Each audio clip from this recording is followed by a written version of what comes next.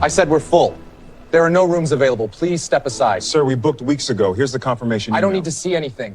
If you don't walk out now, I'll have you removed from this lobby.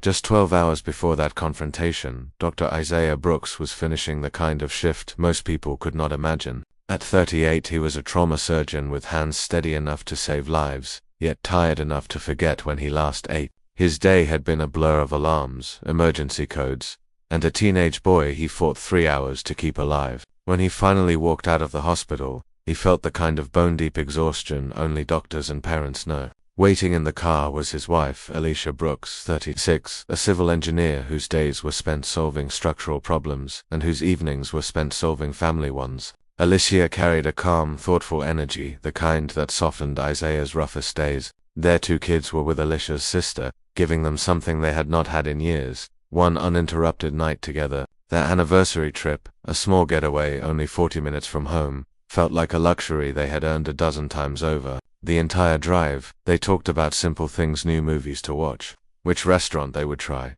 whether they would sleep in until sunlight for once. Isaiah even joked that if their phones stayed silent for one night, he would consider it a miracle. Alicia smiled, resting her hand on his. Just one night, she whispered, just us. When they pulled into the entrance of the Regency Grand, the most prestigious hotel downtown, the world felt briefly perfect. Soft golden lights lit the driveway, a doorman in uniform opened their door, and the smell of warm candles drifted from the lobby. A pianist in the corner played slow, elegant notes that wrapped the space in quiet luxury. It was everything their chaotic lives rarely offered. Isaiah squeezed Alicia's hand. No work, he said quietly. I am all yours tonight, she laughed. I will hold you to that, doctor. Inside the lobby was peaceful polished marble floors, towering flower arrangements, the muted hum of wealthy travelers checking in. They were just another couple looking for rest, just another family trying to reconnect. But beneath Isaiah's promise lingered the familiar tension he always carried into public spaces. A part of him always wondered whether someone would question his presence, his success, his right to stand where he stood. He told himself not tonight, not on their anniversary, not here. He had no idea that the hotel's strict reputation and one employee's bias was about to test that promise in ways he never expected.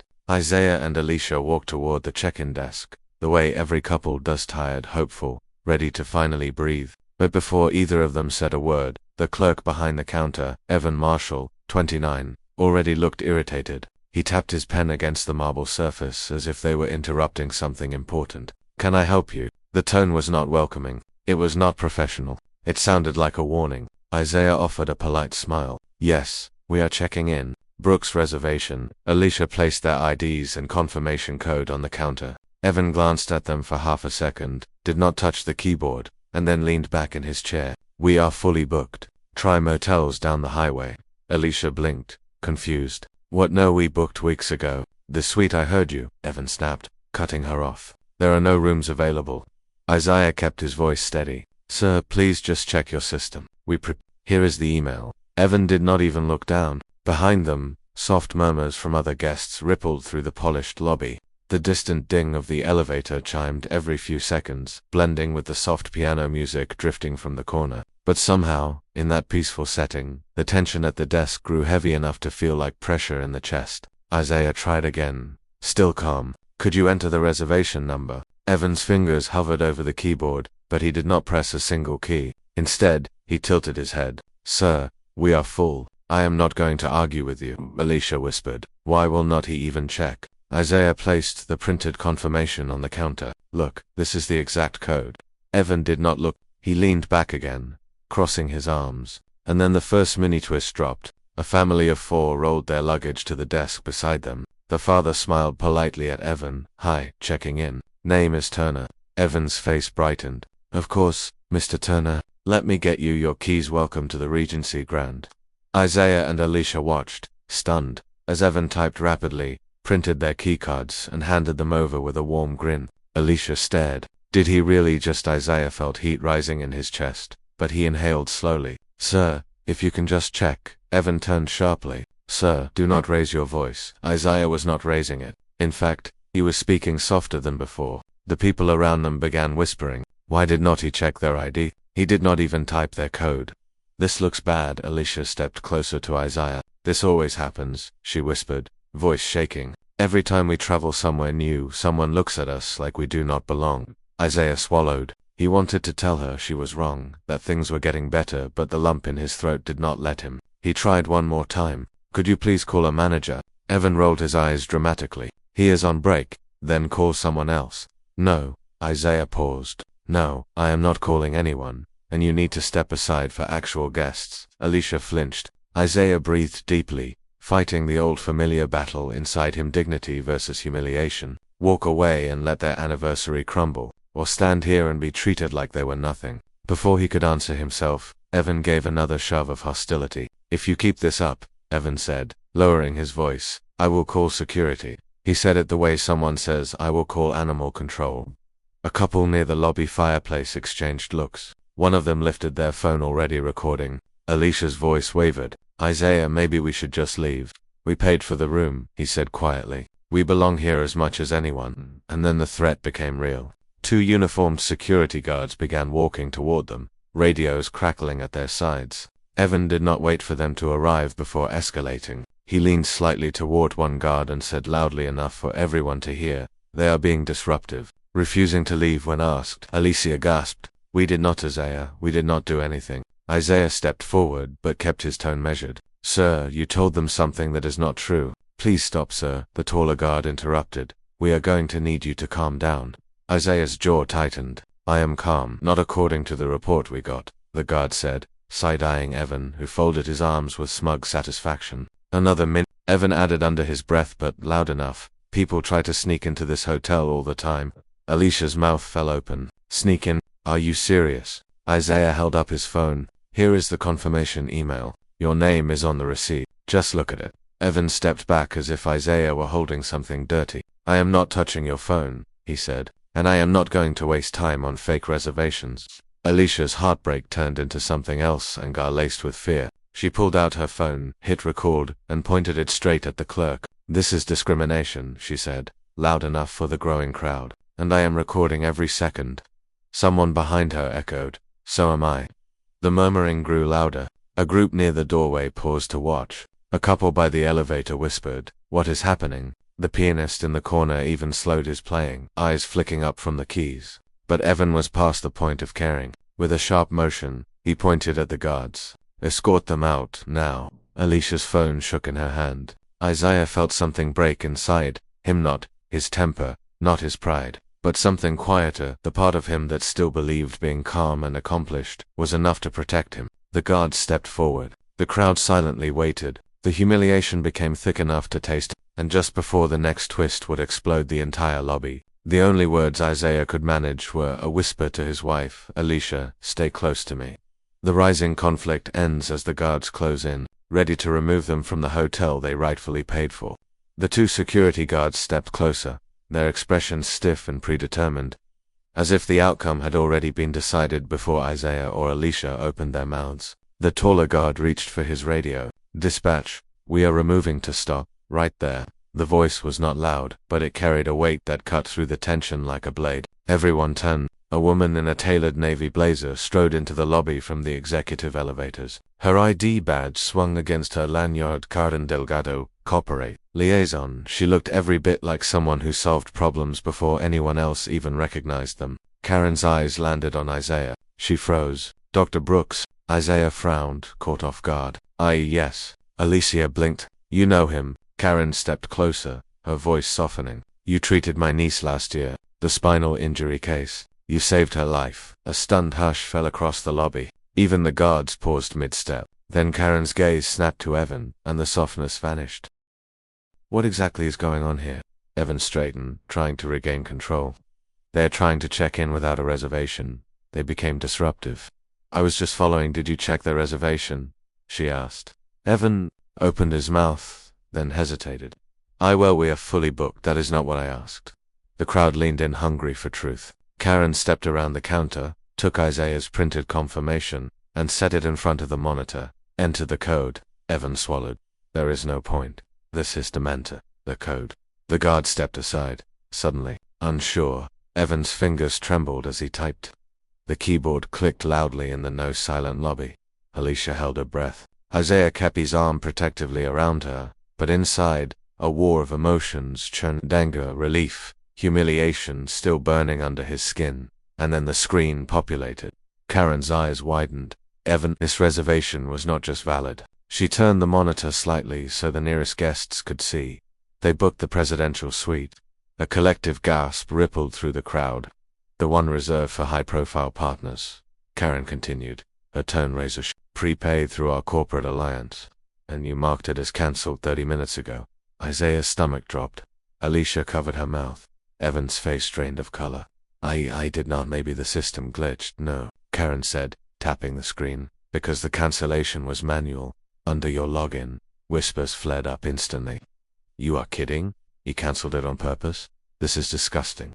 Evan began stammering. I was just trying to. There was confusion. You told security they were disruptive, Karen said quietly. You lied. Isaiah looked at the guard who suddenly could not meet his eyes.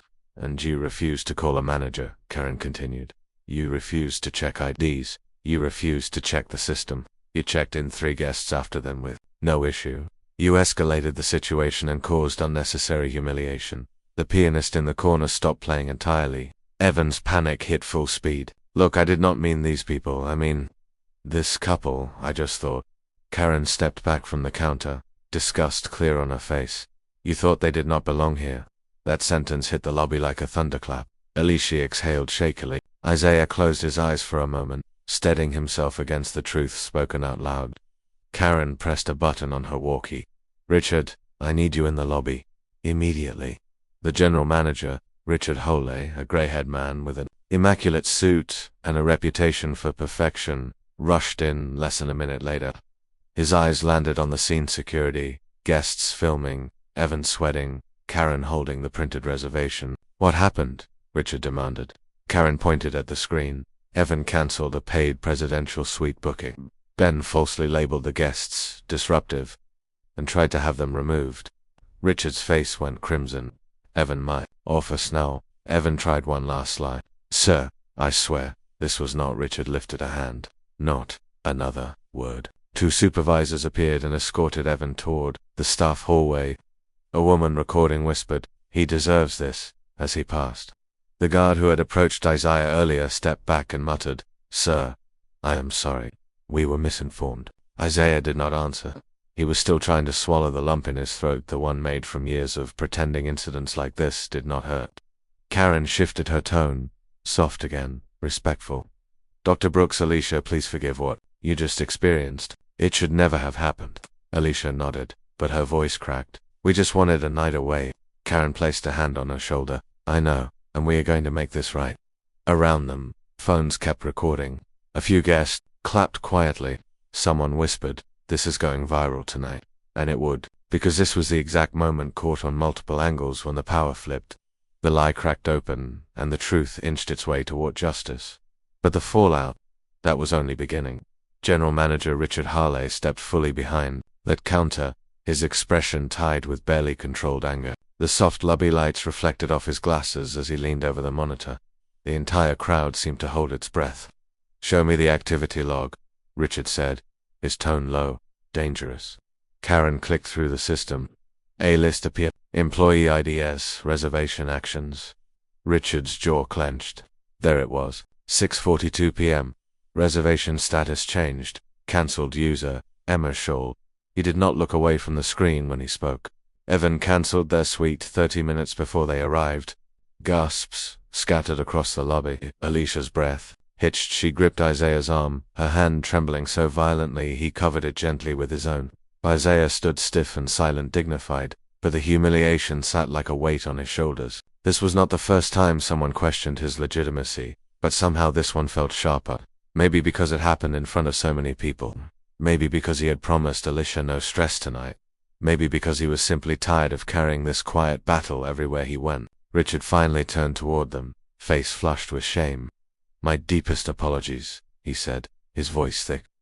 "Dr. Brooks, Mrs. Brooks. This should never have happened.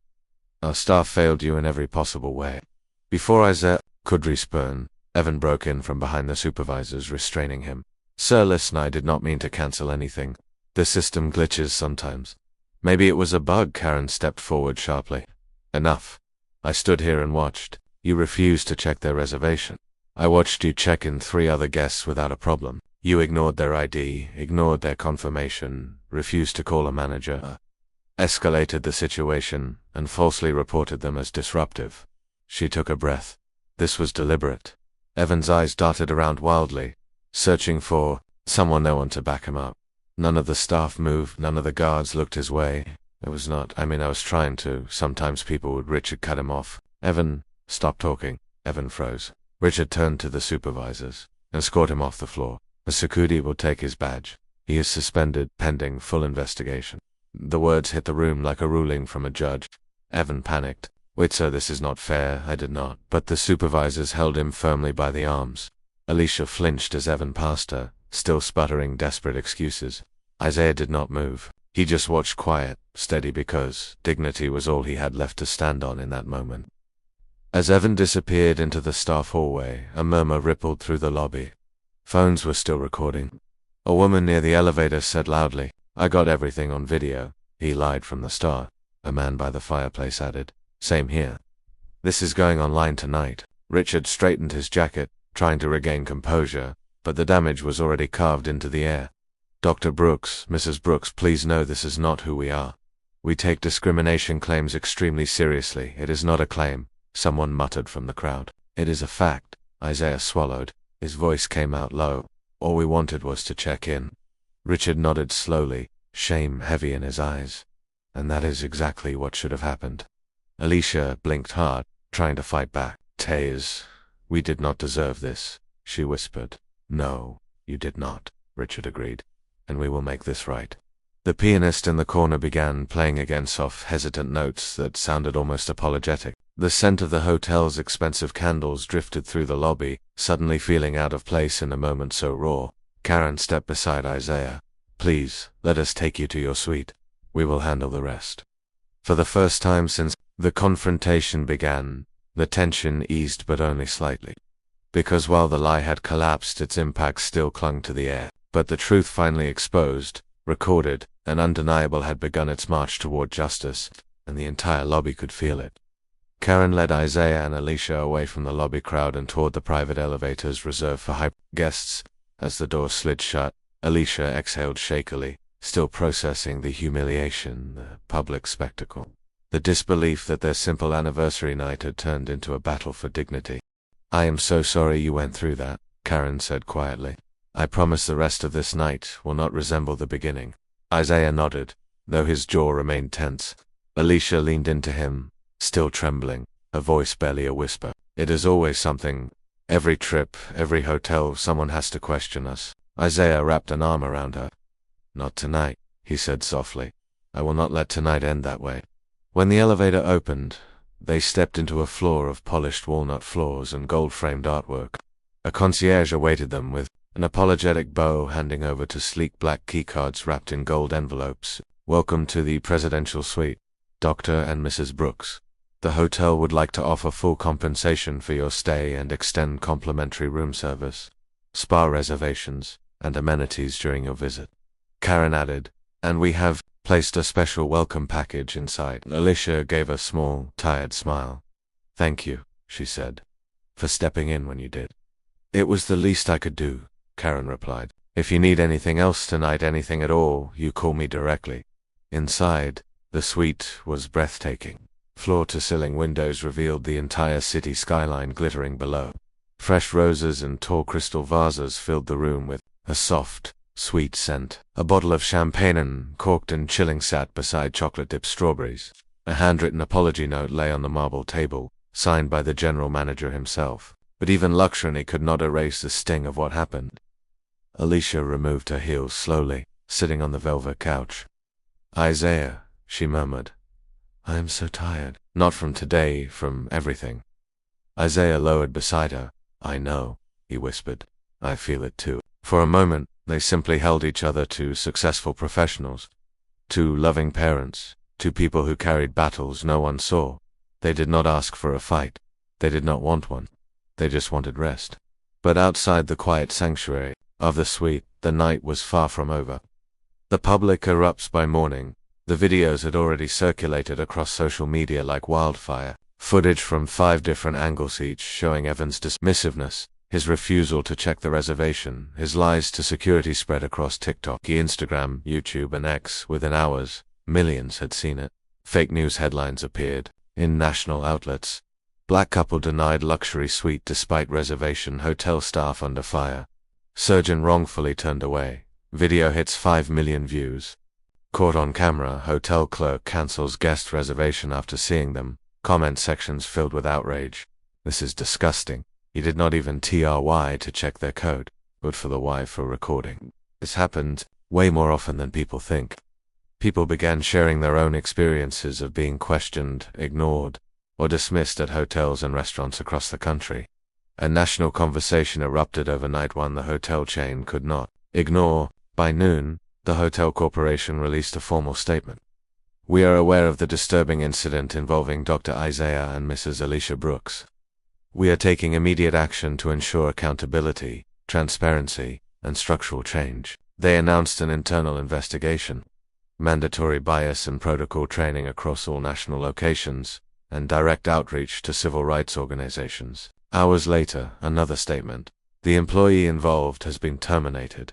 Evans' name was not mentioned, but everyone already knew. The Brooks speak out later that afternoon. After dozens of requests, Isaiah agreed to a brief public statement on the hotel steps. Camera crews, local reporters, and guests stood waiting. He adjusted the mic, his face composed. I want to start by saying this, he said, voice steady. My wife and I came here to celebrate our anniversary. We were tired, hopeful, and excited for a peaceful night. What happened instead was humiliation based on assumptions, not facts. He paused, letting the words settle. I am not angry, he continued. I am disappointed. I am disappointed that in 2025, a black family checking into a hotel with a reservation can still be treated as suspicious before they are treated as human. A hush fell across the crowd. My hope, Isaiah said, is that this situation becomes an opportunity, not for punishment, but for progress. Bias is not always loud. Sometimes it is silent. Sometimes it looks like a cancelled reservation. People nodded. Some wiped tears. Then Alicia stepped forward. Her voice shook, but her strength radiated. I want people to understand something, she said. This is not rare. It is not unusual. Black travelers face this quietly all the time. Suspicion, disbelief, eye rolls, questions we should not have to answer. We did not want this to go viral. We just wanted a room. Her eyes saw. But if this helps someone else feel seen, then maybe this happened for a reason. Applause rose across the crowd.